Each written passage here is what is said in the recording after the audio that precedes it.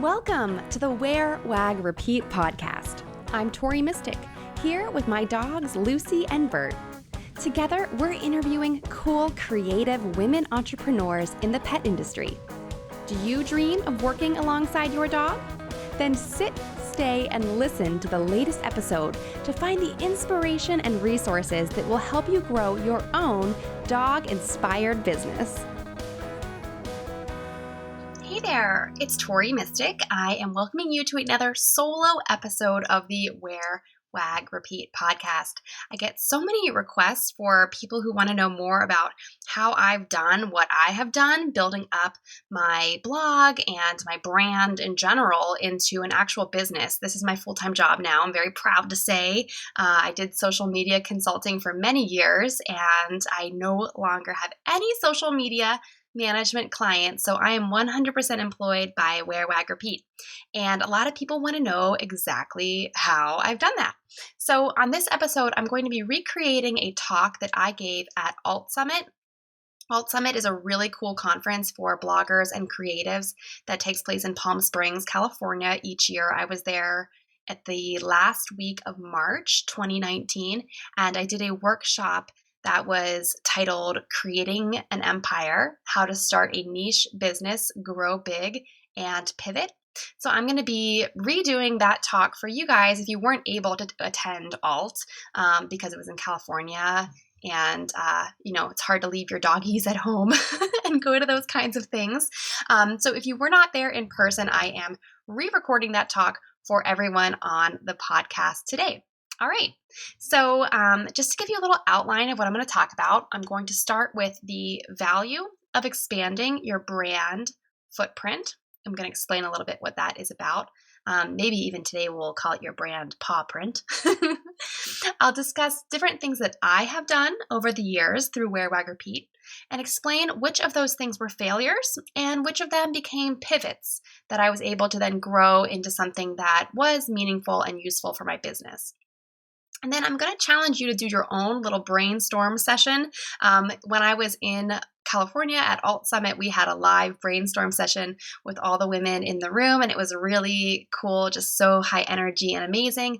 So I'm going to see if you can recreate that yourself and do a little bit of brainstorming about how you could expand the paw print of your own business. So are you ready? Let's dive in. So there is a huge value in having variety in your business.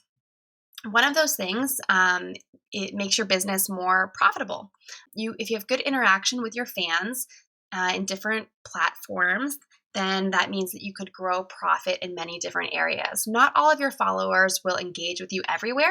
So it's important to have a variety of things so that people can maybe buy services from you or buy products from you or click on your affiliate links or, any other way that you make business. So that's one of the huge advantages of having variety. There's also a huge advantage in having variety because it might fuel your passion. Maybe you have a project you work on that makes no money, kind of like this podcast does for me, but it gets you out of bed in the morning. It's something that establishes you as an expert, builds your audience or your community, and gives context to your more profitable offerings. So in this podcast, I'm literally not making any money. It's costing me money, as a matter of fact, but it gives me an opportunity to talk to the most amazing people and connect with other dog moms like you who are listening right now who might want to grow your business. And maybe you'll check out my shop, or maybe you'll check out one of my online courses. So it's really a very holistic thing that kind of ties into everything else that I'm doing in my business. So those are two of my favorite reasons for having variety in what you are doing. So now to explore a little bit of what I have done. My starting point, of course, was my Dog Mom blog. When I started Wear Wag Repeat about 6 years ago, it was very much a lifestyle blog. It wasn't really totally as niche down to dog content as it is now. Of course, it's called Wear Wag Repeat, so it was about fashion and dogs. And over the years, I've sort of transitioned it to be about way more dog stuff than fashion stuff. But I'd still like to consider myself a stylish dog mom. I hope that you do too. And on my blog, I do regular blog posts. I have sponsored content. I have affiliate links and affiliate sales that I make through that. And of course, all of my social networks are tied into my blog. That is sort of like my headquarters for Wear Wag Repeat. All right, another thing that I've tried over the years as I was attempting to expand my paw print was a paid membership program. I launched that in January 2017. You may not have heard of it because it only lasted for about 3 months until I cut my losses. It was a paid monthly subscription fee that people would pay, and it was super cheap. I think it was maybe $3.99 or $4.99 a month or something like that. I wanted to create something really affordable, but provide exclusive content and bonuses and DIY tutorials to dog moms. I thought it was a really great idea. I thought it was wonderful that people could have an affordable thing they could subscribe to and get really cool content. However, when I launched it, I basically heard crickets. It was a total flop. All right, so moving on, I'll tell you kind of how I pivoted that later. Now, moving on, I also launched an online course in the fall of 2017. That was launched in October, and it was a course to help women entrepreneurs grow their Instagram accounts by using the law of attraction. I launched it with pretty good success, and I've continued to offer that and build a community around it under the brand Instamystic. I did webinars, challenges, all the different kinds of stuff that you do or you're supposed to do when you're launching an online course. And I did have some success. With every single launch, I had people sign up for it. I'm going to tell you a little bit later about how I'm going to be pivoting that to make it even more impactful in my business. All right, now another thing that I launched in the fall of 2017. So, just to recap a little bit, the paid membership was January 2017, and that was last a few months. And then in the fall of 2017, I did the online course, and I also launched this podcast. As you know, if you're a regular listener, I've been interviewing women in the pet industry. We talk business advice, and we also obsess over our dogs. The podcast makes me $0, though it actually costs me money to run it because I have to pay for hosting and editing and all of that kind of stuff. So it's a really great thing, but it actually doesn't really bring in any revenue at the moment. But that's okay. I'll talk about why that's okay more later. Then, the most recent thing that I have launched was in August 2018. I launched the Wear Wag Repeat shop, where I carry handmade goodies for stylish dog moms. Everything in the shop is dog mom made. That's really important value to me. I love supporting other women, and especially other women who love their dogs. And I think it's really important for me to kind of stay focused on that because it's one of my core values of my brand. And with the shop, there is amazing potential for long-term growth and revenue. So if you're kind of picking up on things, that's where I'm going to kind of make up for lost revenue with the podcast, hopefully. Two of the things that I went over before were not quite right. So I had to kind of pivot what I was doing with them. So here's what really wasn't working. If you're kind of maybe you have something in your business that you're working on that's like not really quite working and you're not sure if you should quit it. You don't want to give up though. I'm going to show you don't have to necessarily give up on things that aren't working. Maybe there's just some way that you could kind of pivot and make it work for you. So first of all was the paid membership. For me, I thought the price point was really great because it was super cheap and super affordable. However, it had the opposite effect. Offering something that was really cheap meant that it had a very low perceived value. People didn't think that they were really going to get a lot out of something that only cost $4.99 per month. I had people who were way more excited about signing up for my courses that cost $250 or a custom coaching package that cost $1,000. People really wanted to get a customized a customized service. They wanted to have the best of the best. I actually had people sending me emails saying, I'm not sure which Instagram coaching service I should do. I want to get the one that's the best one. And so with the price point on my paid membership, it was really kind of counterintuitive. Now, the other thing that was not quite right was my online course. So even though I've had sales with every launch and I've had very happy students, for me internally, like within my business, it just felt a little bit disjointed trying to juggle two different things. So, like I said earlier, the course has been branded under Insta Mystic.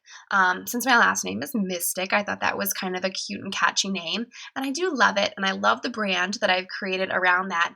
But internally, I just kind of had a mental block about cross promoting Insta Mystic to Wear Wag Repeat. However, I noticed that out of the people who were buying my course and signing up for the course, it was a lot of dog moms. I also have a private Facebook group for my Instamistic students, and I did a poll asking people what niche their Instagram account is in, and the majority of people said pet industry or dog. So you got to listen to the data of who is actually buying something and what they liked about it. Now, here's the two different pivots that I made in order to make these two things sort of work for me and my business. So, for the paid membership, I realized there was more value in making that paid content available for free. If I could get more traffic to my website, I would have a better online reputation, more brand awareness, and more chance for clicks on affiliate links and ads if I ever do add banner advertisements on my site. I don't currently do that. But offering this paid content that I was creating, like a custom stenciled welcome mat, how to make a dog message center if you have a dog walker, how to make a dog friendly herb planter, all these kinds of like really cool DIY projects, I was hiding them behind a paywall. So they were not getting any hits on YouTube. They were not getting any hits on my website because you had to pay to be a member in order to view them. And it was really frustrating to me. So I actually unlocked all of that content and made it available to the general public. So now I can get more traffic to my site, which is worth more than the like two people who were paying me $3.99 a month.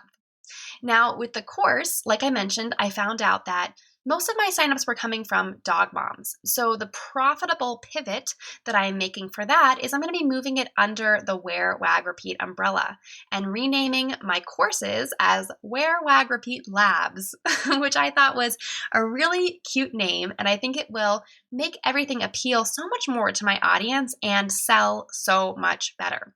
So instead of just offering Instagram advice for the general public, even though the general public is quite fabulous, I'm going to target my content so that it appeals especially to dog moms and dog mompreneurs and just people in the pet industry in general. I think that obviously I can see those kinds of people who are signing up for my services. So I want to make sure that I'm creating the best content that I can for them. All right. So those are the two things that I pivoted to make them more profitable.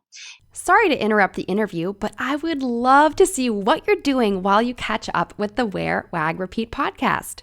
Take a screenshot of this episode in your podcast player or snap a selfie with your earbuds in. Bonus points if it's on a dog walk, and share it to your Instagram stories, tagging me at @tmystic. I'll keep an eye out for mentions, and I would love to give you a shout out from my own account. Okay, now back to the episode. Now, I mentioned earlier that there might be certain things in your business that you want to expand your paw print so that you can create a more diverse revenue stream. But there's also things that you might want to add to your paw print to increase your passion stream. I don't know, I just kind of made that term up. But I have two things that were really passion projects for me. And one of those is this podcast, and the other one is the shop. So let's talk about those a little bit. The podcast has introduced me and my brand to so many new people, either through people I've interviewed or through people who are listening to this. It's so amazing to have a one-on-one chat with people who are in my industry and who get it. As you might know, if you're doing this pet business as a side hustle, or if you're working from home by yourself like I have for the last 10 or 12 years, it's really hard to connect one-on-one to people or to even have coffee with someone in a type of relationship where you're not really looking to get anything out of them in return. I'm just having friendly chats with people on this podcast. And it's just really awesome to hear the experience of other women and what they've done to allow themselves to work alongside their dogs day in and day out, which is my dream. And I hope that I can help you, everyone who's listening, achieve that dream as well. So being able to share those conversations with people who don't necessarily have access to interviewing 50 plus women all over the country, it's really fulfilling to me. There's tons of women working in the pet industry. There is no shortage of dog mom bosses for me to interview. And I think there's also so many women who want to start a pet business, but don't really know what to do about it. So this podcast is helping you guys, which is really fulfilling to me. I'm a helper. I love helping people, and I also love teaching people. So this podcast kind of does a little bit of both. And then also, it establishes me as an expert in the dog mom entrepreneur community.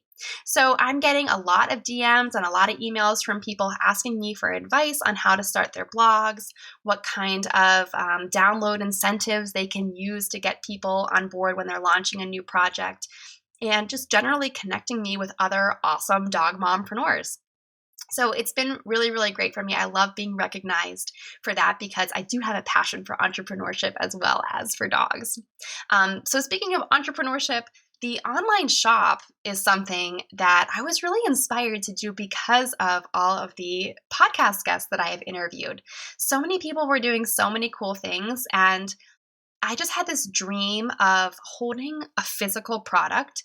I just thought that it would be so amazing. As a creative person, I've been working in the virtual world for the past 10 plus years, and I was feeling very desperate to have something physical that I could work on, a product that I could touch, photograph, take out into the world with me, and show people. And that is really what the shop has given me. So while the shop does have a great potential for revenue, it also is fueling my passion and giving me a creative outlet to source and create really awesome products for dogs and their moms. Starting the shop has also been a huge learning curve for me, probably second to creating the online course. Setting up the online course was pretty challenging, but setting up the online store also had its own learning curve, and I've just done so much Googling and asking so many questions of people. I started off really small with just a handful of products that I loved, and I set it up on Shopify. If you're interested on what platform I used, I chose Shopify because it's so easy to use, and it also integrates with Instagram, where I wanted to capitalize on my 40,000 followers and hopefully get them shopping my shoppable feed. And like I mentioned earlier, if you're not familiar, I carry products from other dog mom makers around the country. And I also do some print on demand shirts, and I carry candles and notepads and other things that I've designed myself. So I think it's very easy to be intimidated by all of this because you feel like before you launch something, it has to be perfect. But I just want to tell you, if you're listening to this, it doesn't have to be perfect. I started my online shop with just candles, cards, and collars, and I think I had a few bandanas that I sewed up. And then now I have tons of products, and I had a lot of holiday orders, and I'm sort of planning out what I'm going to carry for the rest of the year. And it's really fun and exciting. But I just started small so that I could kind of figure it out along the way.